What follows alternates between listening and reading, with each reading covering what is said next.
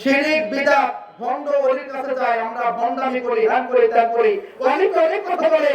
বন্ধুরা আমার, তামাম দুনিয়ার মানুষ যদি আমাদের বিরুদ্ধে চলে যায়, আত্মীয়ের বিরুদ্ধে চলে যায়, আর আমার আল্লাহ যদি কিছু উপরে রাজি হতে থাকে, দুনিয়ার মানুষের ভালো বলার কোনো দরকার হয় না। কথা বলে ঠিক কিনা? আমার আল্লাহ একাই 100। কথা বলে ঠিক কিনা? তা যারা আত্মীয় পছন্দ করে না, আমরা তাদের উপরে বেজার না, আমরা খুশি আছি। কথা বলেন ঠিক কিনা? আমরা খুশি আছি, তার কারণ মক্কার জমিনে যখন আমার নবীজিকে কাফেররা, ইহুদি, নাসারা, বেঈমানেরা পাগল বলে গালি দিতে, আমার নবীজি যখন কুরআনুল কারীম তেলাওয়াত করেছে হজের মৌসুমে, তখন ইহুদি, নাসারা, কাফেররা বলেছিল, তোমরা ওই মুহাম্মাদের কাছে কেউ যাও না, খবরদার। ওই যে কোরআন শরীফ তেলাওয়াত করতেছে, ওর কাছে তোমরা কেউ যাবা না, খবরদার। ওর কাছে গেলে তোমরা জাদু করে যাবা। তখন মানুষ দেখার জন্য আমার নবীজিকে পাগল হয়ে গেল।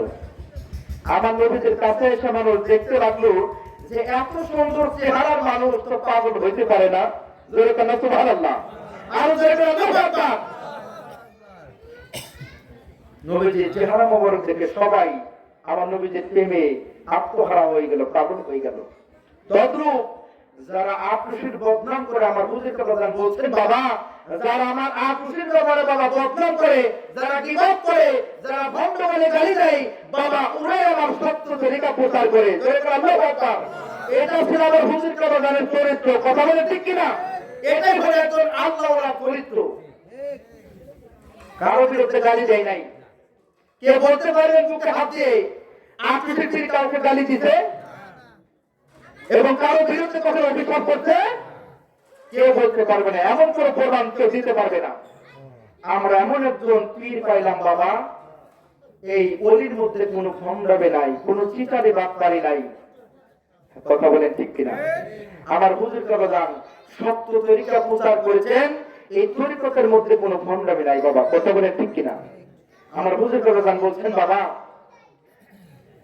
এই দুনিয়ার মুখে বলে উলামায়ে কেরাম রয়েছেন, অনেক বড় বড় সার্টিফিকেট আলা মুফতি মরণ আছে বাবা, কিন্তু বাবা আমাকে আল্লাহ তাদের কাছে আমি কিছু না, তবে আমাকে আল্লাহ পাক এমন একটা দাওয়াত দিয়ে পাঠাইছে বাবা, এই দাওয়াতটা কোন মৌলবী মরণাকে আমার আল্লাহ দান করে না। যেরকম আল্লাহু আকবার।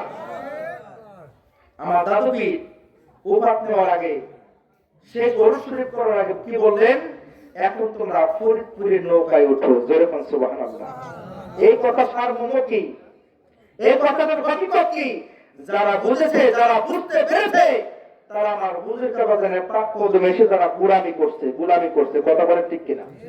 আমাদের এই লাকড়ি সালার যে চাচা মিয়া, উনি কিন্তু আমার হুজুর কাবাজানের আমার দাদু পীরের মুরিদ এবং পীর ভাই ছিলেন। কিন্তু আমার দাদু পীর যখন বললেন, বাবা এখন তোমরা ফরিদপুরের নৌকায় উঠতে পারো, তখন ওই দাদু, তখন ওই চাচা মিয়া বোঝার কারণে সারা জীবন শেষ নিঃশ্বাস পর্যন্ত আমার পীরের সহবতে থেকে ওই লাকড়ি সালাই থেকে খেজমত করে ইন্তিকাল করছে। কথা বলে ঠিক কিনা? বাবার আমার, বন্ধুরা আমার, আল্লাহর ওলি বিশ্ব ওলি কাবাজান হুজুর আমার দাদু পীর যখন দুনিয়া থেকে বিদায় হয়ে চলে গেলেন, পদ্মার অন্তরে চলে গেলেন, তখন আমার হুজুর কাবাজান একটা না 40 দিন না খেয়ে থাকলেন। জোরে বল আল্লাহু আকবার। না খেয়ে থাকলেন 40 দিন আমার হুজুর কাবাজান, কিছু খায় না, অনেক অসুস্থ অবস্থায় পড়ে গেলেন, কথা বলতে পারে না, খোঁজার জন্য অনেক ক্লান্ত ছিলাম, তবেই বললেন। এমন সময় আমার দাদু পীর স্বপ্ন যোগে দেখাইলেন, ও আমার বাবা, ও মৌলানা সাহেব, আমি তোমাকে তৈরি করে আসলাম, ওই না থেকে মারা যাওয়ার জন্য আমি তোমাকে দুনিয়ার বুকে রেখে আসি নাই। আল্লাহু আকবার বলেন। আমি তোমাকে না খেয়ে থাকার কথা বলি নাই, তোমার প্রতি অনেক দায়িত্ব রয়েছে, তোমার প্রতি অনেক দায়িত্ব রয়েছে বাবা, তুমি তাড়াতাড়ি খানা খাও, খানা খেয়ে তুমি সুস্থতা অর্জন করো, তুমি সুস্থ হও। আমার হুজুর কাবাজান স্বপ্নে দেখার পরে আমার হুজুর কাবাজান আস্তে আস্তে খানা খাইতে লাগলেন, খানা খাইতে খাইতে সুস্থ হয়ে গেলেন। আমার দাদু পীর বলেছেন, বাবা ও বাবা, তোমার কাছে তারা পৃথিবীর মানুষ পঙ্গপালের মতো তোমার কাছে আসবে বাবা। যেদিন তোমার পায়ের নিচ দিয়ে টাকার স্রোত যাবে বাবা, সেই দিন কিন্তু আমাকে তুমি ভুলে যাও না। জোরে জোরে কর আল্লাহু আকবার। মুজাদ্দিদিয়া তরিকায় আমার খাজা বাবার নৌকায় তোরা আইকে যাবি, তোরা আই রে আই, বলেন আইকে ওই নৌকার মাঝি আমার দয়াল নবীজি, হাল দয়রাছে খাজা বাবাই রে। মুজাদ্দিদিয়া তরিকায় আমার খাজা বাবার নৌকায় তোরা আইকে যাবি, তোরা আই রে আই। আল্লাহু আকবার বলেন। বন্ধুগণ আমার, বাবার আমার হুজুর দাদু পীরের পাক কদমে গুনাহি করে খাদমত করে। আমার দাদু পীর একদিন হঠাৎ করে বললেন, বাবারা ওই একটা পুকুর দেখা যায় কনকনা শীতের মধ্যে, ওই পুকুরটা তোমরা তাড়াতাড়ি পরিষ্কার করো। যেরকম আল্লাহু আকবার। তোমরা পুকুরটা পরিষ্কার করো। আমার হুজুর কদম অনুমতি পাওয়ার সাথে সাথে পুকুরের মধ্যে নেমে গেলেন। আরো কয়েকজন জাকের ভাইদেরকে সাথে লইয়া পুকুরের মধ্যে নেমে পড়লেন কচুরি পানা পরিষ্কার করার জন্য।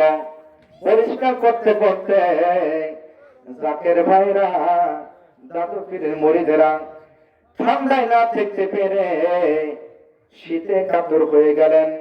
ওনারা পুকুর থেকে উঠে আসলেন, কিন্তু আমার হুজুর কেবলা যান দাদু পীরের হুকুম ছাড়া পুকুর থেকে উঠতে পারে না। জোরে বলেন আল্লাহু আকবার। আমার হুজুর আমার দাদু পীরের হুকুম নিয়া পুকুরের মধ্যে পরিষ্কার করার জন্য নামলেন। আমার দাদু পীরের হুকুম ছাড়া পুকুর থেকে কখনো ওঠেন নাই।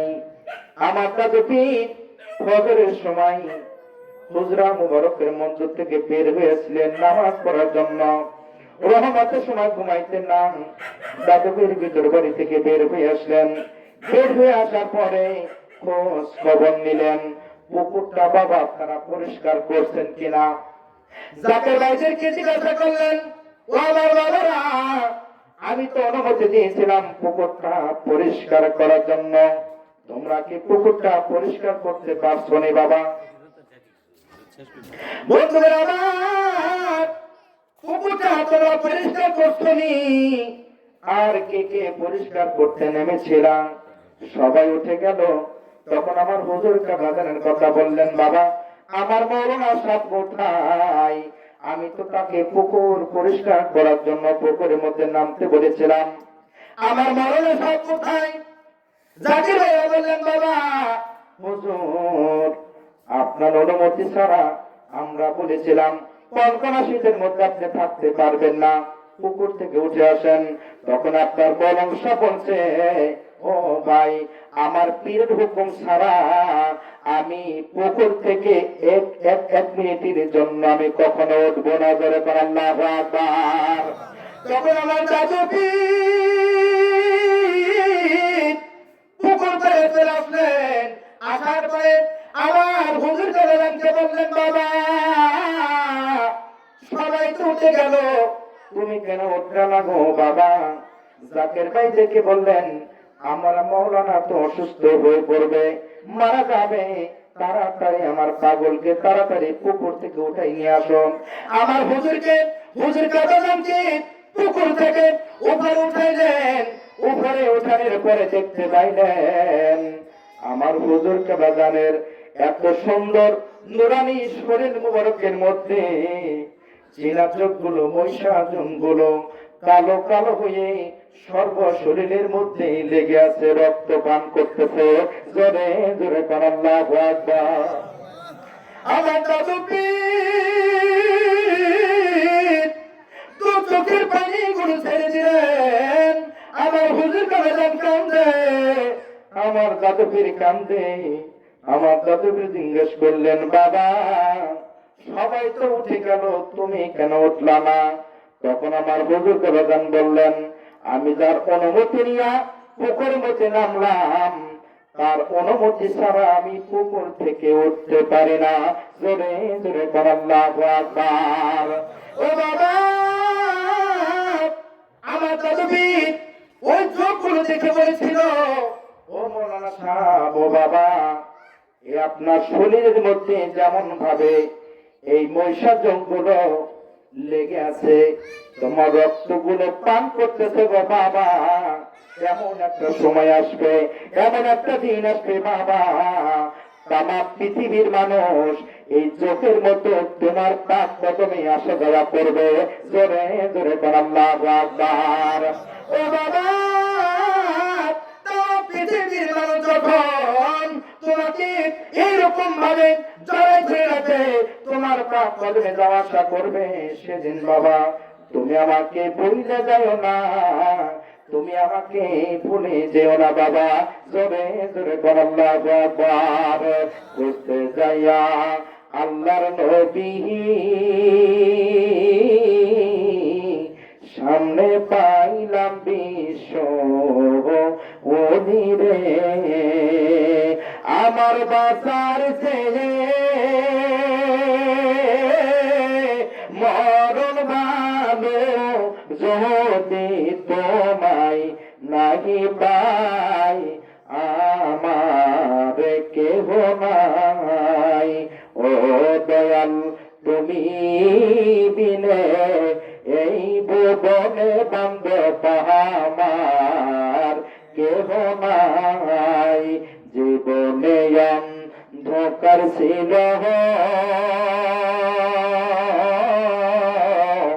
খাজা তুমি দিছ আলো রে, আমার বাঁচার ছেড়ে মরণ ভালো, যদি তোমায় নাহি পাই আমার কেহ নাই। ও দয়াল তুমি